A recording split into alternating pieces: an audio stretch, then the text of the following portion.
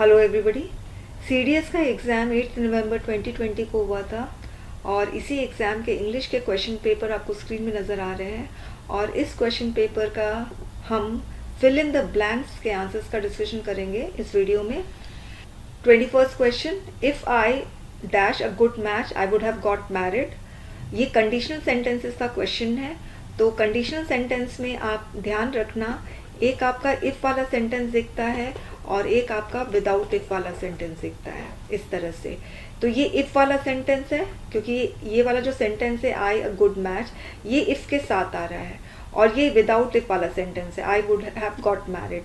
तो इफ़ वाला सेंटेंस यदि सिंपल प्रेजेंट में होगा, सिंपल प्रेजेंट में, तो विदाउट इफ़ में आपका विल आएगा।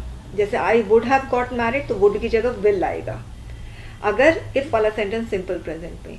यदि इफ वाला सेंटेंस सिंपल पास्ट में होगा तो आपका यहाँ पर वुड आएगा।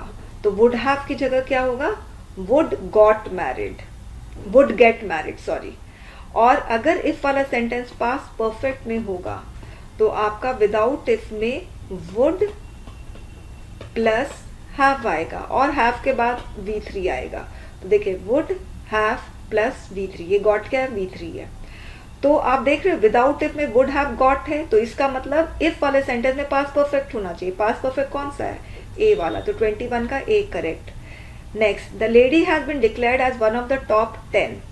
इसी एग्जाम में स्पॉटिंग एरर के क्वेश्चंस का आंसर्स का डिस्कशन करते वक्त मैंने वन ऑफ द का रूल बताया था कि वन ऑफ द के बाद यदि कोई नाउन आता है तो वो हमेशा प्लूरल आता है, कभी भी सिंगुलर नाउन नहीं आएगा।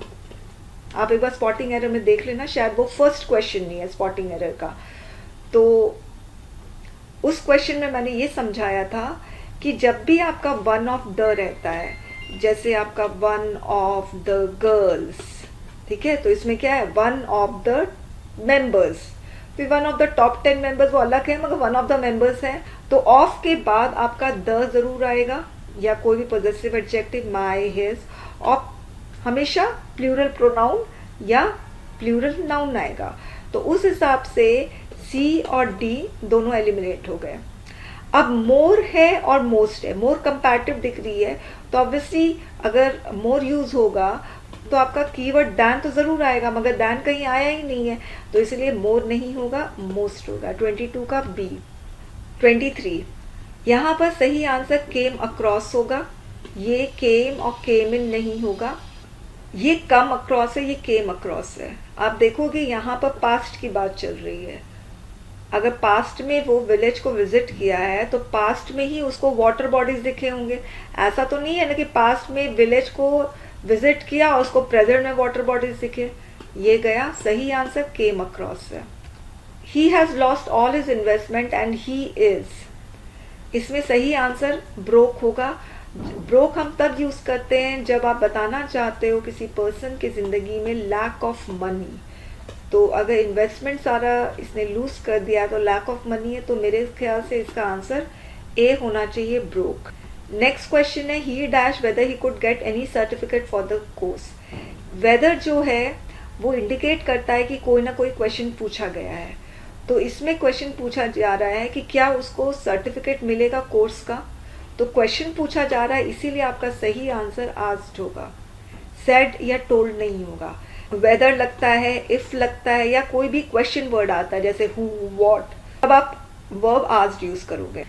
अब देखिए ये वाला क्वेश्चन में लास्ट ईयर है जो पास्ट है, तो ऑब्वियसली आपका बिड नहीं होगा क्योंकि बिड प्रेजेंट होता है, और बैड तो वर्ब है ही नहीं, बैड तो एडजेक्टिव है, तो ये भी नहीं होगा। अब सेड फेयरवेल नहीं होता है, bed farewell. Bid V1, bed V2 और बिडन V3। बिड का एक और मतलब होता है ऑर्डर देना, ये भी ध्यान रखना। एक बिड का मतलब होता है बाय बाय करना, दूसरा बिड का मतलब होता है ऑर्डर देना, मगर बिड का मतलब सिर्फ बाय बाय भी नहीं होता है। अगर आप विश भी कर रहे हो गुड मॉर्निंग, हेलो, तो उसमें भी आप बिड यूज कर सकते हो। ये तो वोकैबुलरी का क्वेश्चन है और इसमें सही आंसर एक्सटेंट होगा। ये भी वोकैबुलरी का क्वेश्चन है, इसमें सही आंसर फॉर्मल होगा। All that glitters is not gold, ये सही आंसर है। ये तो स्टैंडर्ड एक्सप्रेशन है। इसमें जो सही आंसर होगा वो हैज बिन होगा। अब देख रहे हो हैज बिन एक वर्ब है और उसके साथ आर्टिकल ए लगा है। तो कुछ ऐसे वर्ड्स होते हैं जो देखने में वर्ब लगते हैं मगर वो एक्चुअली नाउन होते हैं, जैसे हैव्स, हैव नॉट्स। तो ये एक्चुअली नाउन है, देखने में वर्ब लग रहे हैं मगर ये काम किसका कर रहे हैं, नाउन का कर रहे हैं। अब इसका मतलब होता है, हैव्स का मतलब जो रिच है, जिनके पास सब कुछ है, और हैव नॉट्स जिनके पास कुछ नहीं है।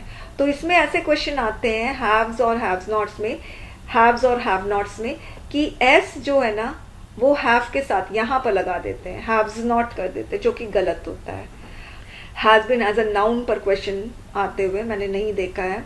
एनीवेज हैज बिन यहाँ पर आपका वर्ब दिख रहा है मगर ये नाउन है। इसका मतलब होता है कि अब फेमस नहीं है, पहले फेमस हुआ करता था, अब उसको उतना इम्पोर्टेंस नहीं दिया जाता है। तो वो पॉलिटिक्स में 40 साल से है, अब पार्टी वाले उसको ऐसे ट्रीट करते हैं जैसे कि अब वो कुछ है ही नहीं, ठीक है, इम्पोर्टेंट पर्सन नहीं है। फाइन।